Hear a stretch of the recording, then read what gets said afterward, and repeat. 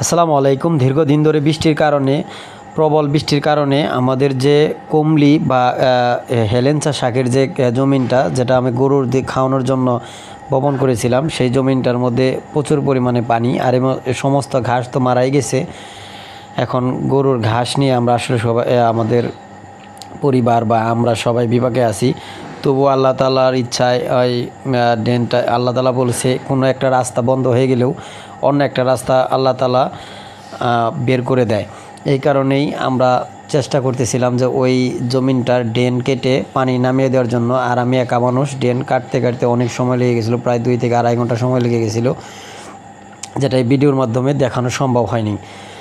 যাই হোক, আমি এই ড্রেনটা ফাইনালি কাটা শেষ হয়ে গেছিলো। হওয়ার শেষে আমি তখন পানি নামতেছিল, সেটা আমি দেখতেছিলাম। আর আজকে মাঝে মাঝে হঠাৎ করে রোদ এবং হঠাৎ বৃষ্টি, এবং আমার ঠান্ডা জ্বর হয়ে গেছে। আপনারা দোয়া করবেন আমার জন্য।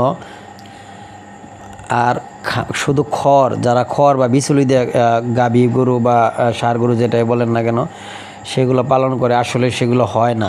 আপনারা যত চেষ্টা করেন, আমরা পরীক্ষিতভাবে, কারণ অনেক ইউটিউবার আছে, তাদের রিচ এবং ফলোয়িং বাড়ানোর জন্যই তারা বলে হয়তো বা খামারে লস নাই, খামার করলেই লাভ, এত টাকা লাভ, এত টাকা লাভ, লক্ষ লক্ষ টাকা আয় বাই লাভ দেখায়। কিন্তু বাস্তবতা সেটা না। বাস্তবতা হচ্ছে, বাস্তব চিত্রে যারা আসে তারাই জানে বাস্তবতাটা কী।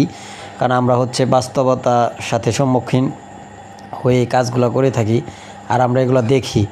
আপনারা হুটহাট করে প্রবাসে বসে কেউ প্রতারিত হবেন না। হুট করে অনেকের টাকা আছে কিন্তু ইনভেস্ট করার মতো জায়গা পায় না। কিন্তু গরুতে ইনভেস্ট করলে নিজের পরিশ্রম করতে হবে। আপনারা করতে পারেন, আমি আপনাদের মানা করব না কাউকেই, কিন্তু নিজে পরিশ্রম করবেন, তাহলে ইনশাল্লাহ সফলতা পাবেন। কিন্তু সময় লাগবে।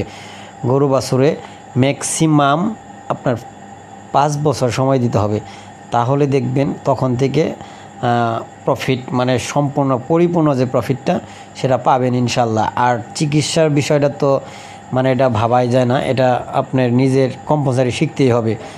প্রাথমিক যে চিকিৎসাটা, সেটা আপনি শিখতেই হবে, অন্যের উপরে দিলে হবে না।